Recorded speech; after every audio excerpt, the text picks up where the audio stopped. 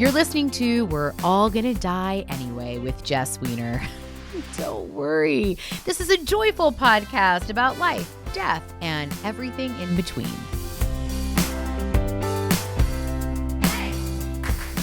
Hi there.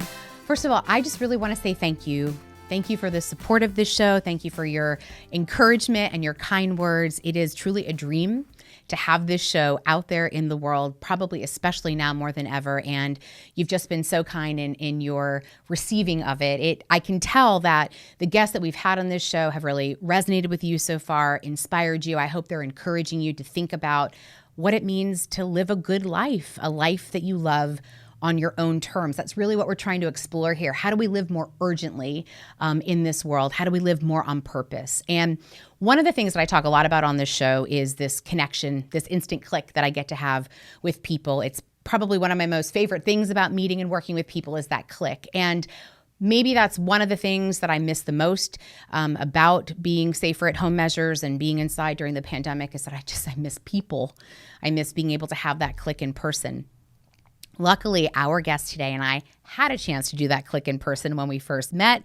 We since Zoomed this interview for this episode, but the click was there. It's real. It happened. I felt it, and I just knew that he had to come on this show. My guest today is Tim Federle, and I met Tim when I had a chance to go out to Utah and visit him on the set of a show that in Hollywood we call he's show running. He is leading a show and executive producing a show on Disney Plus called High School Musical, the series. And so I know you've seen some other folks from that show on this podcast before, and truthfully, nothing is sponsored. I love these people. I've loved working with them. I knew that we had aligned missions, and Tim in particular, I knew I wanted to have on this show because he's such a creative and intentional leader, and we're going to get into more of that in our conversation, but his history is quite impressive. So for all of my theater fans and Broadway fans out there, Tim has a prestigious career as a dancer and a performer on Broadway. He was in Gypsy with Bernadette Peters, Chitty Chitty Bang Bang, The Little Mermaid. He choreographed for Billy Elliot, and he is an author. He wrote a young adult novel called Better Than Nate, and it has 2 sequels. He's just an accomplished guy with a lot of creativity and a lot of vision. And he's helming this show, this legacy show around High School Musical, and reinventing it and kind of reestablishing storylines for us now that are really reflective of the world around us. And for somebody who has a mind like that, who works at that speed and that kind of creativity, I wanted to better understand with Tim how he navigates a life with urgency and purpose. And you're going to love this conversation because Tim is a seeker, just like I am. He asks really great questions. He tries to lead with very intentional curiosity with his cast. So I've seen him in action and I've gotten to know him a little bit in his life. And I wanted to talk with Tim about little deaths. We talk a lot about death on the show, physical death, but I wanted to talk about little deaths that sometimes creative people experience, and all people experience them. Their loss of relationships, they could be loss of jobs, sometimes their loss of dreams, right? We sometimes have a dream and we don't see it come true. And that's a loss. And it's important to talk about our relationships to dreaming and changing those dreams, especially now more than ever. Those little deaths matter because our lives are changing and our dreams are changing, especially because of the pandemic. So I wanted to dive in with somebody who is so accomplished to talk about what happens when you have little deaths and things change in your life. How do you pivot? Where do you go from here? You're going to love this conversation. I can't wait for you to meet Tim Federle. Let's dig in.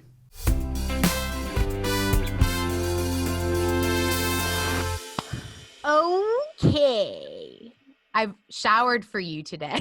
That means so much to me during this time. That's Are real you- commitment. I mean, honestly, though, are you finding that like the showering is super infrequent, or is it just me? I do a daily shower. It Okay. it depends on the when of it all. Like there are times where it's like right before bed, Right. and then Where there's you're like eking it out. like just out of bed sometimes helps me go, and but I it get it. changes. Everything is a little fluid right now, so to speak. For sure. Well, I'm so happy that we get to share this conversation, especially perhaps in this kind of intense time that we're in. So you and I met for the first time on set in Utah for High School Musical, the series, where I got to come out and share your beautiful cast with you to do some personal development work and I was so struck, and I've said this to many people, but I was so struck with how soulful that group of actors are for being the age and space that they are in their lives. So anyway, we got to meet there, and there's so much I know we want to unpack together, but I wanted to dig in from like the way, way back machine for you. Where were you born? I was born in San Mateo, California, about 20 minutes south of San Francisco. And do you know anything about your birth story? Oh, I wish it were exciting. You know, no. I mean, the birth story was that my dad was working at UCSF at the time as a doctor of radiology in the very early days of well, this was like pre-HIV, but he was one of the first doctors to work on the radiology of AIDS. Not to bring the room down, but I'm really proud of him. No kidding. And I have an older brother who's 3 years older than me. And then I came along and they named me Timothy, but they almost named me Quinn, which I always thought would be such more exciting of a name. But I've got no interesting birth story. I was just a lucky kid who grew up in California. And it was like a good birth for your mom? I think so. I know both my brother and I were both C-sections. That's a Jess Weiner exclusive. I've never talked to the press about this. You heard it here first. Some people don't ask, but yeah, I think it was a pretty good birth, and I think I had like a really happy, normal. Did you grow up in San Mateo? Or I knew you're from Pittsburgh. Yeah, and then when I was 9, we moved. My dad got a job at University of Pittsburgh, so we were the first family ever to move from San Francisco to Pittsburgh. And I sort of landed there and didn't find my place right away. And Pittsburgh was not sort of my language, but then I found theater, and I started doing these after-school shows, and it really changed my life forever. If you could think about your childhood now, how would you describe it in 3 words? My pre-Pittsburgh childhood? Or your Pittsburgh childhood, or both, whatever. When you think of childhood in general, like what 3 words come to mind? I mean, childhood in California was like sunny, bicycles, E.T., because it's my favorite movie of all time, and I saw it like 100 times. And then childhood in Pittsburgh, early adolescence was, fraught, challenging, and theatrical. Well, talk to me about the fraught part. What was going on there?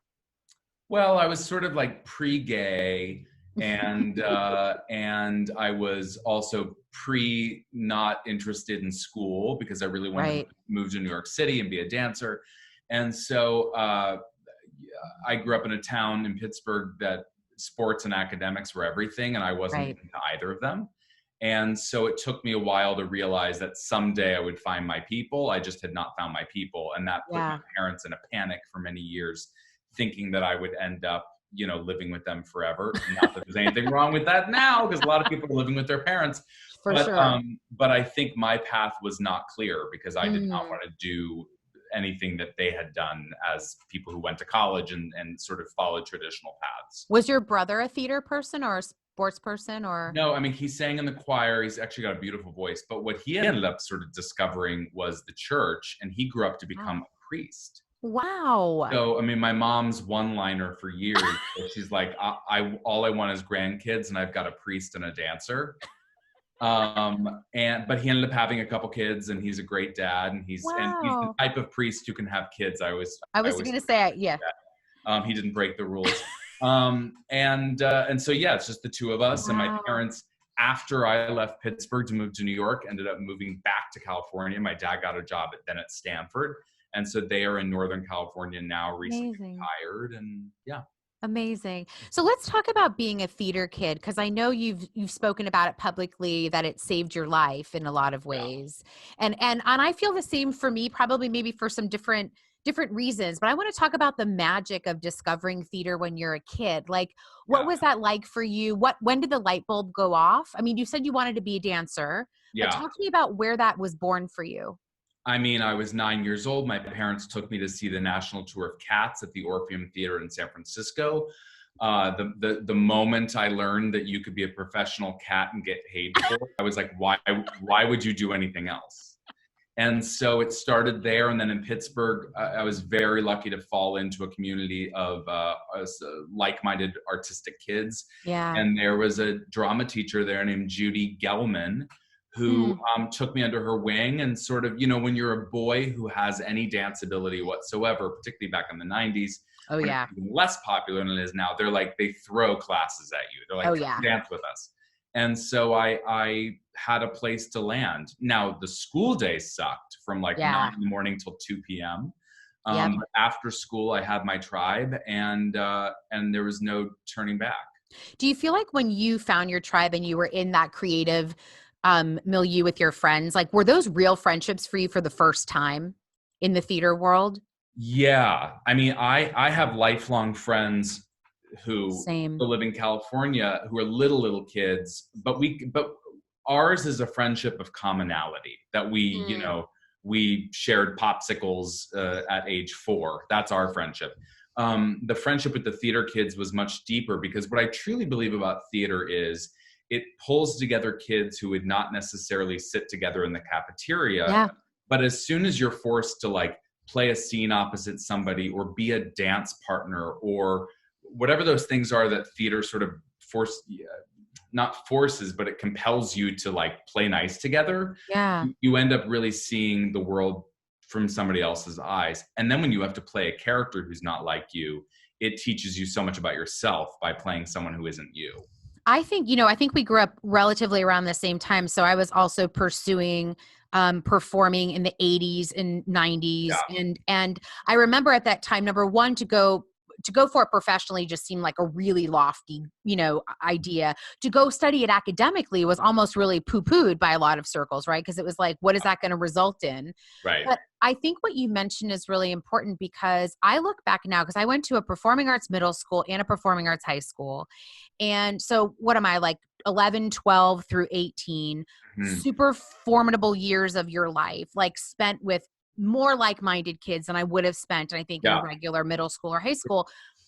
A different kind of level of competition and dynamics there that I think happen when you get around talented, creative kids. But what you just said to me is really key, and it's been the key to my life work and business work, which was it taught me empathy and compassion and role playing into other people's lives that I never knew would come in so handy in just being a human. Yeah. Yeah. I mean, look, sports teaches it too. There is something I've heard. But so they say. But there is something about the theater, about the sort of showing up on time, learning how to take a note, learning how to take rejection and not ingest it, but rather kind of keep going. I think it teaches everything. And I truly believe everything I know about adulthood, I learned from doing theater. Yes. And it's a line I've said a lot, but it's true that everything that got me picked on in middle school gets me paid now.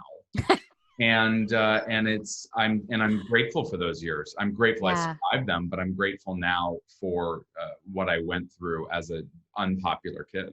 Yeah. Was it pretty dark in middle school? Was that a darker time for you? Yeah, it was. It never got dark.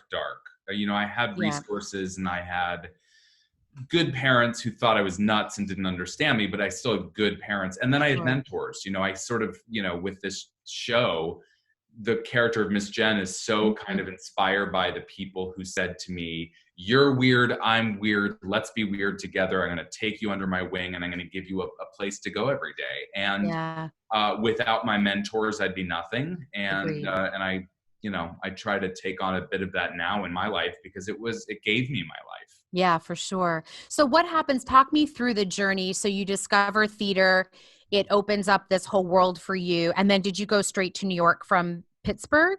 I did, in part. I did. I auditioned for 3 colleges. I got into one. The one I got into had a famously strict cut program in which after a couple of years, if they didn't like you, they'd cut you. And I felt like all I have is theater. And if they cut me, I will never recover from that cut. And so I convinced my dad to let me go to New York, and I hustled, and I danced my buns off, and I took so many dance classes in New York City. And I started working very fortunately right away. I was a dancing polar bear at the Radio City Christmas Spectacular. Wow. And I felt like there was no turning back. And for a long time, I really felt like a New Yorker. I lived there for years. I'm in LA now. Hence trees. If this were New York, those would be bricks. Totally. And maybe less sunshine. Not as much sunshine and bricks. But I moved right to New York. Amazing. And so when you look back now in your time of like your young performing years, your earlier performing years, Mhm. what were some of those big lessons that you were grappling with then when you start to work professionally? Like what do you remember coming up for you as important life lessons at that time? I think one of them is if there isn't an element of fun baked into what I do, not you do, because not everyone's the same, but if I can't find an element of fun and expression in my work, then I just lose interest so quickly. Hmm. So one of them is to try to connect those dots. And then I think another one was learning that people who, leaders and mentors and bosses who care about you and see something in you might be hard on you in a healthy way, because they see your potential, and to not take that personally, but rather take it as an honor. Hmm. And also, the biggest lesson I learned was rejection, which was Yeah. you're going to get the no, you're not going to get the role you want.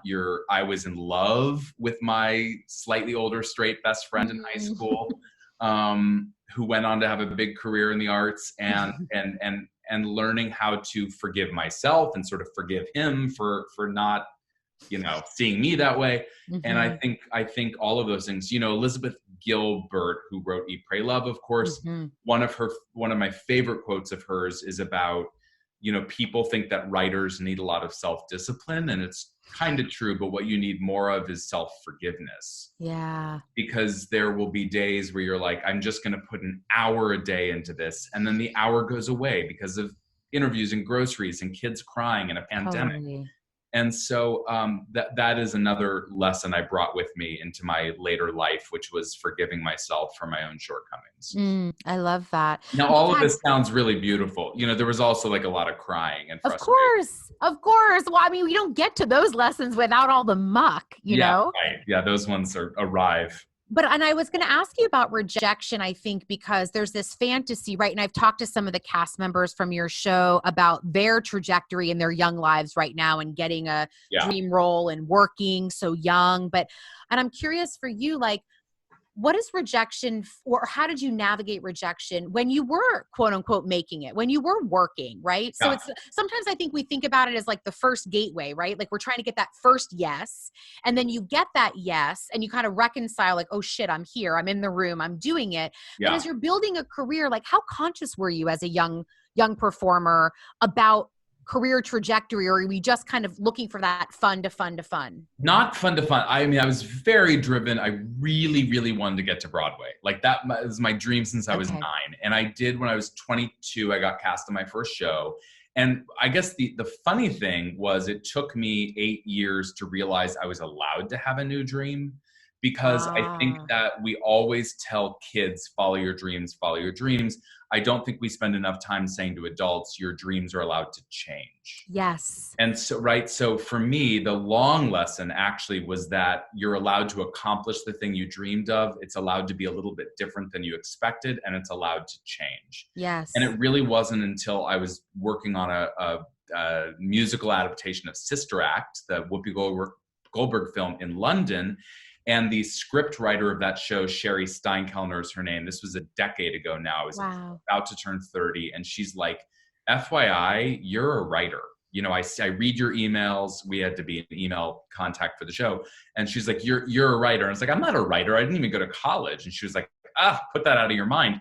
And she bought me this book called Mindset by Carol Dweck, which has become this famous book about, right? Fixed mindset versus growth mindset. Yep. And I realized that I had told a lot of stories to myself about myself, which is that I was a funny, but not particularly smart dancer. And that it took me all the way up to my 30th birthday to realize I was allowed to tell stories and even try to tell them for a living. So when you ask the original question, how did I handle rejection? The truth is there's rejection in my job now all the time. You turn in a new script and they say, start over, it's not right. Or you finally find the right actor and you make a offer and suddenly they turn you down because they get what they feel is a better offer. And I think a lot of the lesson is learning to handle it gracefully and saying, I don't quite believe everything happens for a reason. I think a lot of things actually happen and it just sucks. and that they don't have a great magical story. I think we need that on a quote card, quite frankly. Yeah, some things actually just suck. But I do believe that in the long arc of things, most things work out okay, even if it's not for a reason. And that's how I handle rejection today, which is I had a therapist once say, look back at the long arc of your life and you're still here. You're still here. So trust that you will figure out a way to still be here. So what happened for you when she says, FYI, you're a writer? Do you get like light bulb tingly? Like does it resonate in your body that that's a truth for you?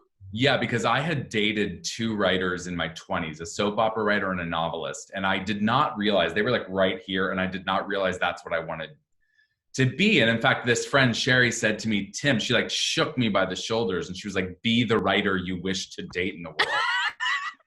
And so I realized I was dating the thing I wanted to be. And so I read a bunch of books but yeah, I also felt a little bit like, not that I was running out of time, but that if I wanted to have a second chapter of my career, I ought to start soon.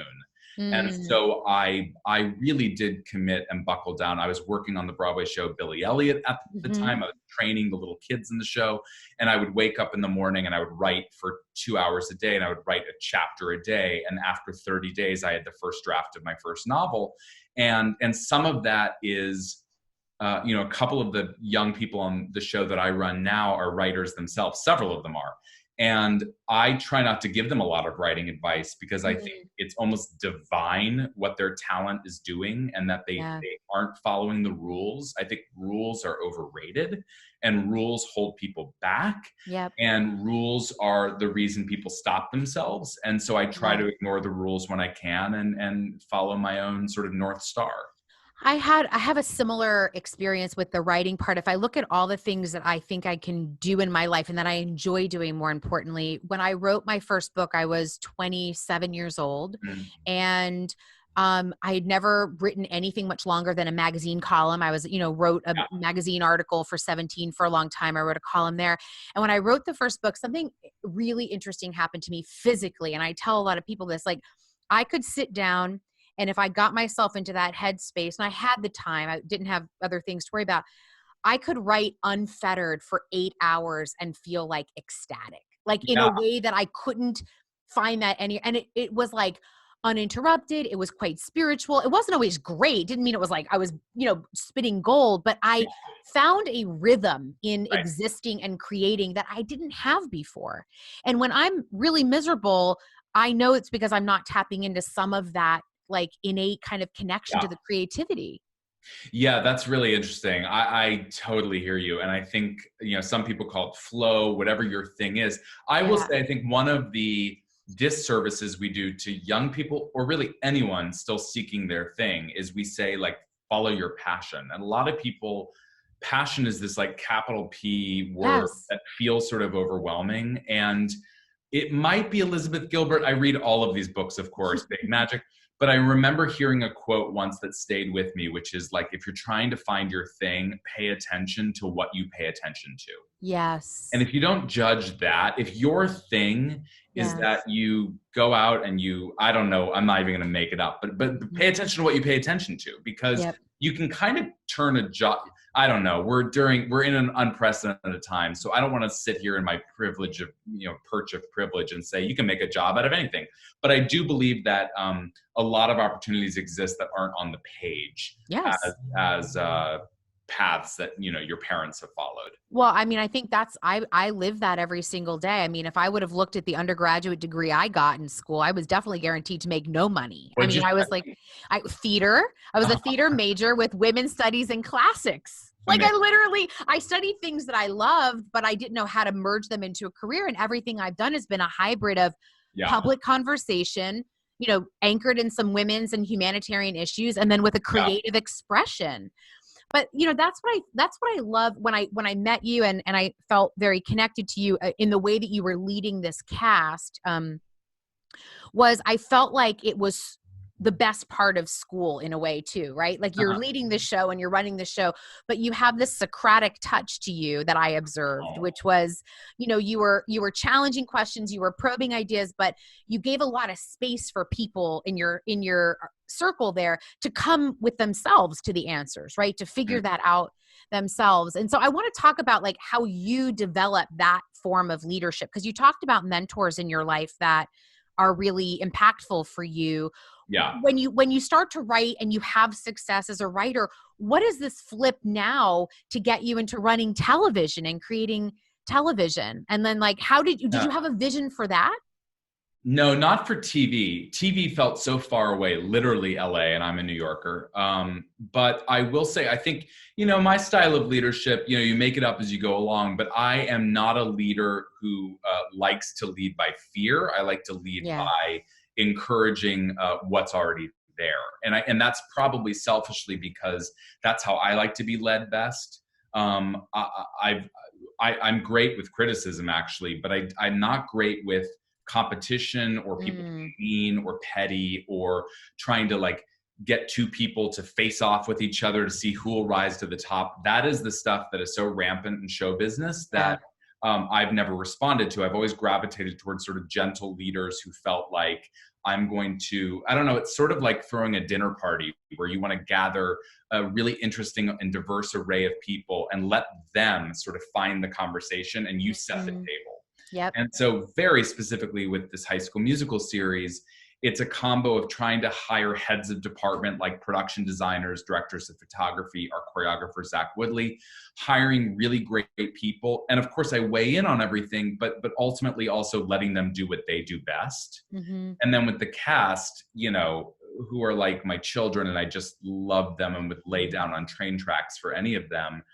It was incredibly important to me to find really deeply good people. And so I kind of checked up on them before they were hired because it's like, who do you want to be in a room with for 12 hours? That's right. I mean, it's like, that's life. And so when you talk about a Julia Lester, a Dara Renee, a Sophia Wiley, these are like deeply good humans. And I think because of their humanity and the fundamental questions they're asking about who they want to be on planet Earth, it also shows in their performances, and that is a benefit to me too. So, a lot of the job is trying to identify what's working and write to that, as opposed to trying to change something that's never going to change. But did you have that kind of confidence in the way to frame your leadership as you were transitioning into TV, or were you scared you were going to fuck up? Like, I mean, I'm looking at the leap, right? Of great, you have wonderful commercial success in other areas. I don't know exactly how you got into, was it a response to a pit? Like how did you get into the High School Musical franchise? Yeah. I mean, show running, which is sort of the colloquial title for executive producing that I do, is this amalgam job that sort of nothing preps you for, but everything preps you for. The same way that your women's studies and theater and history brought you to a place where you could stand confidently in front of a group of people as a feminist and a leader. For me, it was the combo platter of at Billy, on the national tour Spam-A-Lot, I was the dance captain. So I taught all new actors and cast members, all of Casey Nicolao's choreographer. Wow. That taught me about actor interaction. And when an actor's not quite getting a note, I can teach you a dance step 20 different ways. I can teach it by count. I can teach it by feel. I can teach it with your eyes closed. When I was on Billy Elliot as an associate choreographer and training these 11-year-old boys how to become Billy and Michael in the show, I recognized that they did not have the life wherewithal to know what all of the scenes were that they were playing. And so I'd have to get into their heads and say, well, in this moment, who's your favorite singer? Kelly Clarkson. Okay, pretend you're Kelly Clarkson. So I learned to get into the head of a young person, I think. And then I worked on this movie Ferdinand and had to interface in animation with producers and line producers, the money guys and money gals, and the actors, Kate McKinnon and John Cena, who only had 25 minutes to tape this because he had to get on an airplane to Japan. So I sort of learned to work under pressure. And I think that all of those things added up to when Disney was looking for someone to reboot High School Musical, I was one of many writers that went in and there's a lot that I'm still not confident about in my life. But about this, I can say I'm probably the only person who pitched who said, like, I've been on Broadway. I was a theater kid. I know how to do this. And so, so yeah, there's always the fear that you're going to screw up, but that's why you surround yourself with great people. That's right. I love that because, you know, I can relate to a lot of what you're saying as I think about what's created success for me in the rooms, whether it's boardrooms or dorm rooms or wherever I'm at, but specifically in the business space. Improvisation and what I learned as a theater kid and improv for me is foundational in all of my business work. And what I see in trends for companies now is they're actually valuing MFAs over MBAs. Wow. Because they want creative thinkers, problem solvers, and flexibility. Yeah. And I mean, there's nothing better than I play yes and in every scene I'm in a corporate boardroom setting. Like if I'm coming in 100%. and I know I'm coming in to talk to you about how shitty your marketing is, like I'm not going to come in and start there. Right. And so I think about stakes and intentions and, you know, and all of the stuff that I learned in acting class that even if I'm not pursuing it classically has informed the way I craft the scenes of my life. Yeah. Yeah, 100%. And I also, you know, I think that the big mental leap a lot of people need to make is that you can feel like the supporting player in everyone else's life, but you will always be the only lead of your own life. That's right. You've got to step into that role. And you know, it's interesting. I'm working on a screenplay right now. And one of the notes I've gotten is about giving the protagonist more agency. And it's such a tale as old as time reminder that we root for people who make strong decisions for themselves. And I think that, you know, you've got to be the person cheerleading for yourself if you don't have it anywhere else. Yeah. But that's what's so interesting now, right? With the kind of content that we're able to make and the kind of social media platforms young people are able to commandeer, because I think they get to be the subjects of their own stories and not the objects of somebody else's. I mean, that's the biggest pivot we've seen in marketing, right? As an example, like we get a chance to influence and be the CEOs of our own media empires. We're not waiting often for people to tell us what we can or can't do. Right. But for young people, that can still be really stifling and overwhelming. Like we talked with, you know, your cast, and I talk with young people all the time about how not to buckle under the weight and the pressure of trying to be all things to all people. And so I'm curious, as you lead a cast of young actors predominantly, and you have an incredibly successful show that is reaching young people at a really critical time in their lives, you have intentionality about how you're creating this. And it shows up, you know, I've seen it in the room, I see it on the screen, but will you talk to me about that? And as a creator and a leader in this industry right now, what is your vision for creating a different legacy of how things might be made for this audience?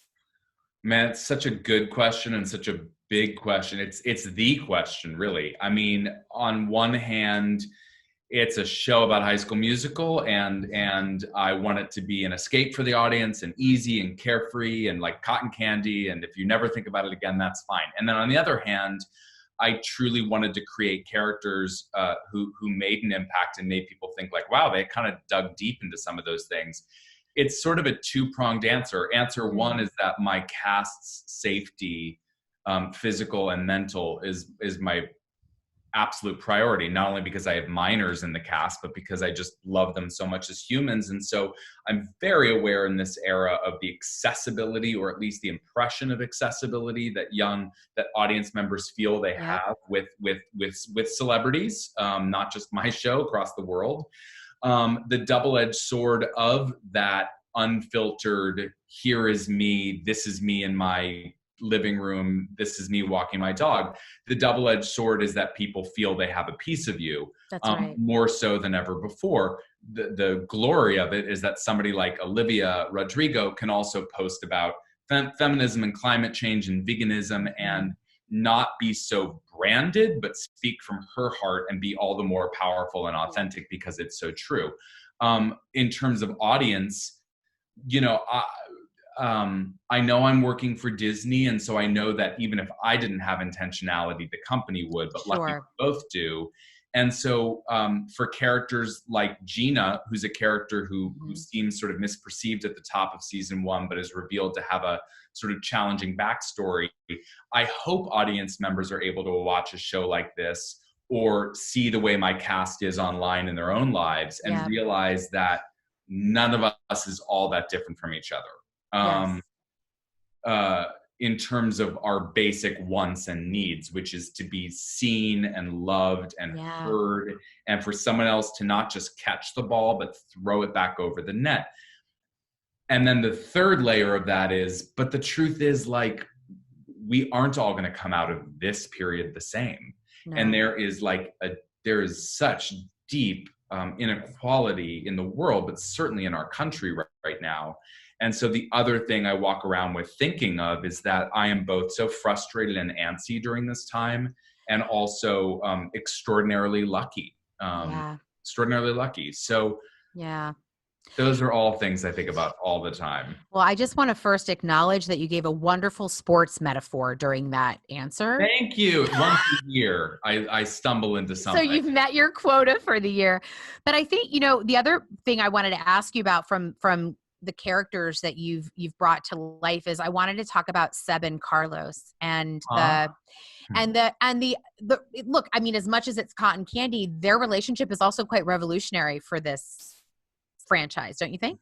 I do. I think it was time, and I also think that for people who haven't seen the show, Seb and Carlos are high school boys who are both involved in the theater department, and they sort of discover each other and have, I think, a very light touch romance that I think is so developmentally appropriate. And we have seen straight counterparts dance together at homecoming dances for 100 years. That's right. And so I think one of the ways that I wanted to be revolutionary with the show was actually to treat it like it was no big thing. Yes. And I think the actors, Frankie Rodriguez and Joe Serafini, Joe, who incidentally grew up in my hometown theater in Pittsburgh, and Frankie, who appeared to me out of nowhere like a bolt of lightning in LA for auditions, I think they really appreciated that as kids who grew up watching Disney shows, they were so proud to be on a Disney show, and also they had never quite seen this storyline play out. That's right.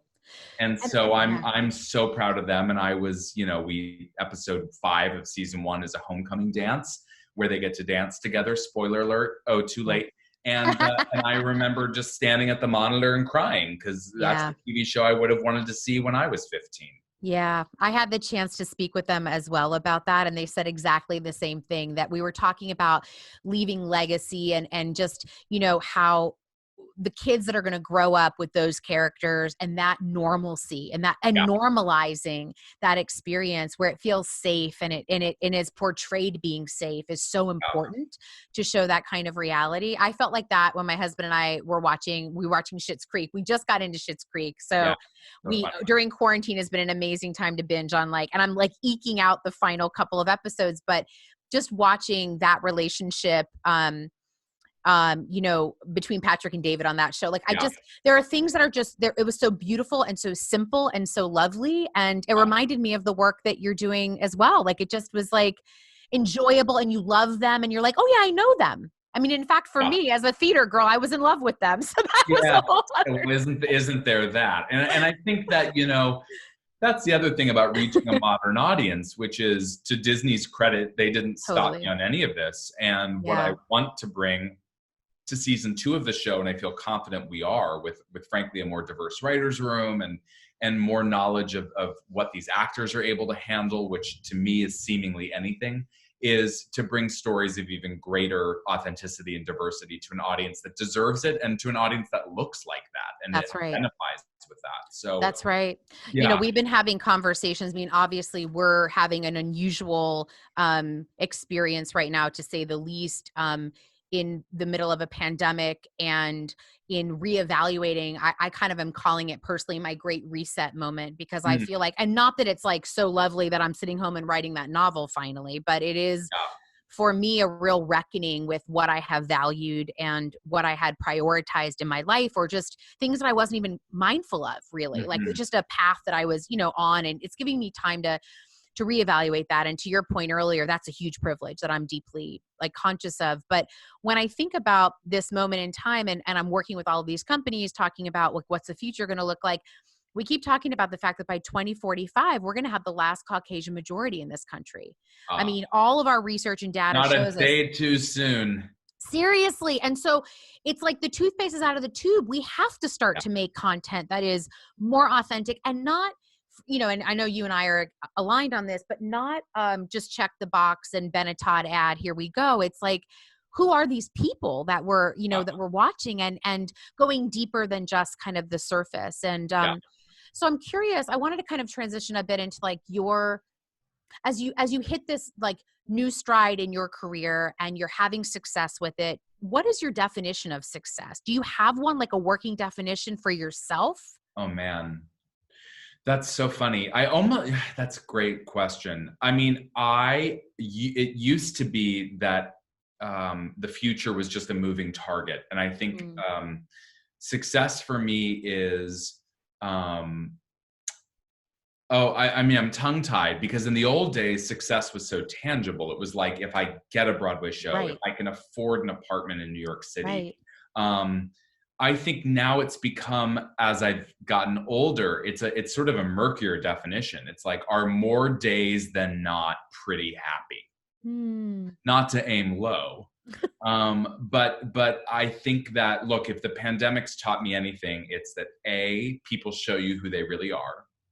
Yep. So, I've actually gone through a breakup during the pandemic, which I have not talked about with anyone, but I have, and it's actually okay because I think it showed me this is the priority level I was going to take in this person's life, and that's okay. And I'm glad to know now, actually. I think a pandemic teaches you who people really are, A. Yes. And then B, in terms of success, look, the filters have come down. We're seeing celebrities from their homes. Some of them are glorious with, mansions and pools, but some people also just have, the normal backdrop too. And I think that this is an industry of gatekeepers that I work in. And I think this time has taught me and reminded me that we're ultimately just a group of people sitting in our pajamas Zooming.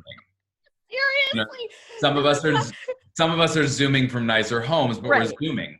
Right. So it's teaching me, A, to treat myself less seriously, B, to treat industry titans less seriously. They are fallible too, and they're wearing masks and going to Trader Joe's. Yep. And if they're lucky. And then 3, when we get back to production and when life goes into a new normal, I already was somebody who did not suffer jerks on set or jerks in my life.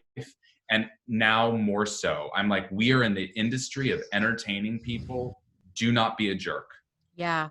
Don't be a jerk. I love talking to you for so many reasons. But the biggest one I felt the same as well, which is that, in this kind of equalizing moment, you're seeing everybody's like kitchen, same IKEA furniture, paintings, whatever. And what it's done is like, doesn't matter your job title. I think this is partially maybe what big tragedies, national moments like this, global moments like this do for us, is they do remind us of a connective tissue in our humanity. And they bring us back to a centered place. That's why I think for me, the reset is not that I don't know how much my life will materially change outside of this, except for that inside of me, I'm changing, much like you, my definitions of things. Like success for me was to your point too, very tangible, or it would be about things. And I think I'm really exploring, because of this time, feelings, experiences. I think something like most days being happy than not is an amazing version of success. But I also think it's something you get to when you have some life under your belt. Yeah. I mean, I think it's something you kind of earn and learn as you go through. And, and I'm grappling with the attachment to material success versus some of the things that I didn't think much about, like health and safety and, and those other things. But I'm curious because the show, obviously, I mean, I think I mentioned this to you. I've often said this to my friends and my close confidants. Like, I'll always kind of use like, well, we're all going to die anyway, sort of a reset for me to remember what's important. Obviously, it's a wacky title to be launching during a pandemic because it's happening, and it's not to make fun of the severity of it, but it is, I think, to re-rack focus into like, life is short. It's not Yeah. promised to all of us in the way that we imagine it. And if anybody's experienced loss in their life that's been shocking and less expected, we kind of wake up to that. And I'm curious if you've had any experiences like that in your life where loss has led you to learn something about yourself or the fragility of life in a way you didn't expect. Yeah. When I was 16, my friend Ellie in high school, a theater kid friend, was killed in a car accident. And that really changed my life because up until that point, I felt immortal. But I also danced in the back row, and it was that odd thing of being a teenager. I wanted to be in the spotlight, but I didn't want anyone to look at me. And so once Ellie died, which was so tragic, and I went to her funeral and saw her body in the casket, and I'll never forget it, I realized that life has a clock and that I better start living. And then the second thing that comes to mind was I was in a not great relationship in my late 20s. And when that relationship ended, I had so much creative energy that had been spent only on worrying about that relationship, that with this giant space in my life now to do something else, I threw it into writing. And I truly believe it was like shaking up a Coke bottle and opening the lid. I had for years, if not months at that point, been so really unhappy in this relationship that when it ended, and nothing against him, if for some reason he watches this, we were young, but I suddenly had time to think about something else. And out of that loss came my writing career. See, this is exactly the kind of conversations I wanted to start to introduce to all like folks at different ages and stages of life, because I've always found, I don't know how it was for you growing up, like when Ellie died, did people in your family prior to that, like, did you talk about death and dying? Was that something open in your family, or was it more taboo? Or it wasn't taboo. And I think having a physician father helped. Actually, they've always been very good parents for a lot of reasons, but especially they're like comfortable with mortality. They get that it's going to happen. Wow. And so I grew, but I was very lucky in that I had never known anyone who died before Ellie, and I was like 16. My grandfather died when I was 10 of a preventable cancer. He was exposed to asbestos. It's a long story. Wow. But I had no like gut-wrenching tragic deaths in my life. And Ellie's death, Ellie Botts is her name, and she inspired a novel that I wrote. It just told me I had to start dancing. Yeah. For real. See, I think that's such a great gift, because I think if we can, again, even normalize this, the fact that your dad, based on what he did, and your parents as parents decided to just also be direct about mortality, we don't talk about it, right? And so even people, I mean, look, I'm at the middle passage of my life, God willing, I've got more time to go, but I'm, married just 7 years. I got married later in life. A lot of what I think about now is quality of life, end of life. I mean, things that I weren't in my mind before. Right. And I used to think that was so morbid. And now I'm actually reframing that by having these conversations, by realizing that it's the connectivity and the communication that's going to help everybody in the end. Because if my partner doesn't know what I desire as my preferences of how I want to exit the world if I have a choice, or live in the world while I do, while I can, like, I just felt like it's so odd that we get to a certain stage and we don't talk about that. Yeah, I agree. And for some reason, it's making me think of a friend of mine said, her therapist said, one of the reasons so many of her clients are having a hard time during the pandemic is that they are not comfortable being alone. Right.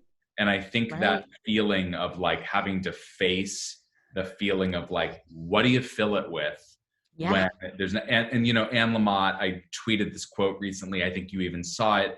But Anne Lamott is one of my favorite writers and thinkers, but she talks about like, unless it's an organ that you are waiting for and you need a transplant, there is nothing outside of yourself, from alcohol to other humans to an Oscar to a success on the music charts. Nothing is ultimately going to make you whole. That's and right. I think that is in a capitalist society where we're all taught to chase and run and achieve.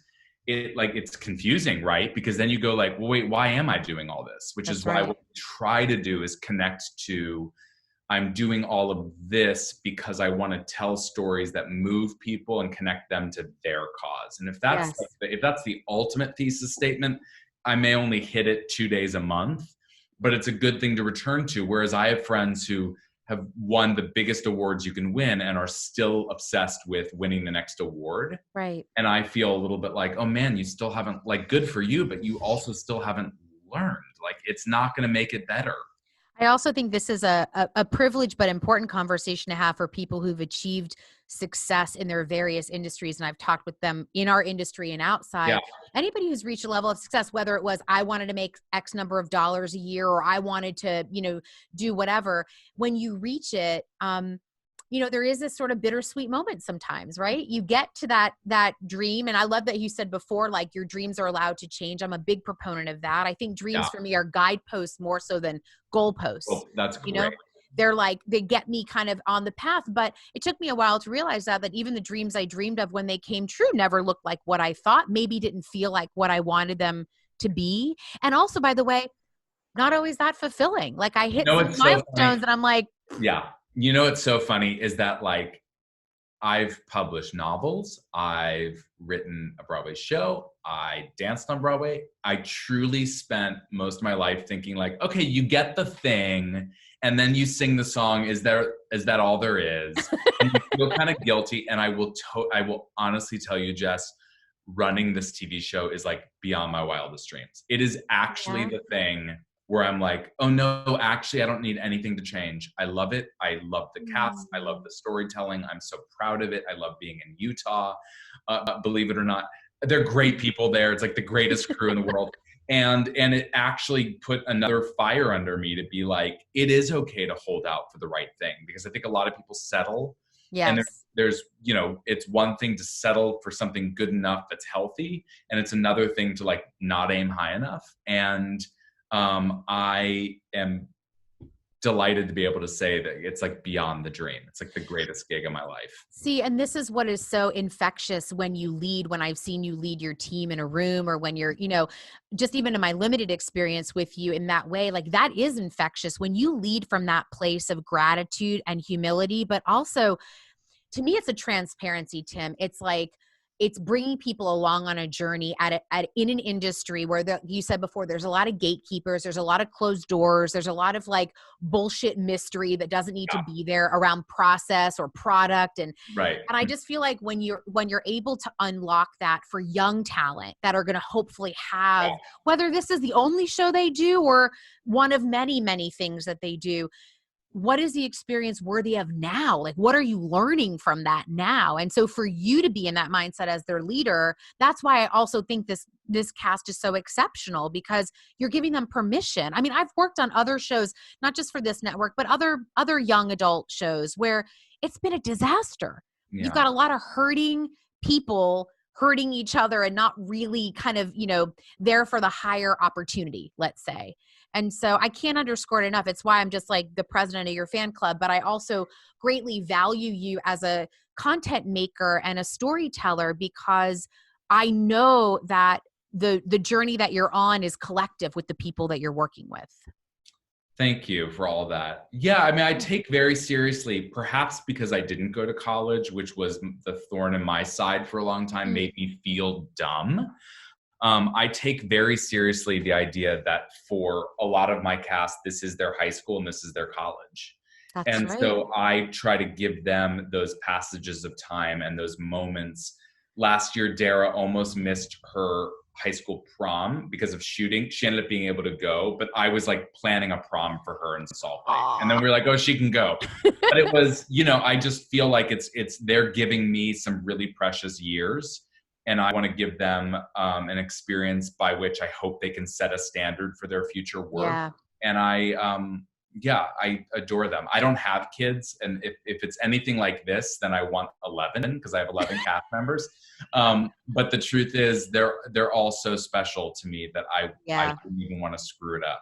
But I think when the way that you talk about mentors in your life, I imagine you occupy that role for them, and you will for a long time to come. And I don't have children by choice. It's not ever been anything that Yeah. I've desired to do, which is also for another podcast a pretty taboo thing for women to still say. But but for me, I knew that I would be better able to fill up a lot of people's lives and take care of myself. I think I also had a lot of mothering to do and learn for my own experience. And I get joy in being that conduit and that mentor. And the world needs mentors like that. Yeah, I have no misgivings about not having kids, actually. Yeah. And I feel, I'm with you. Yeah.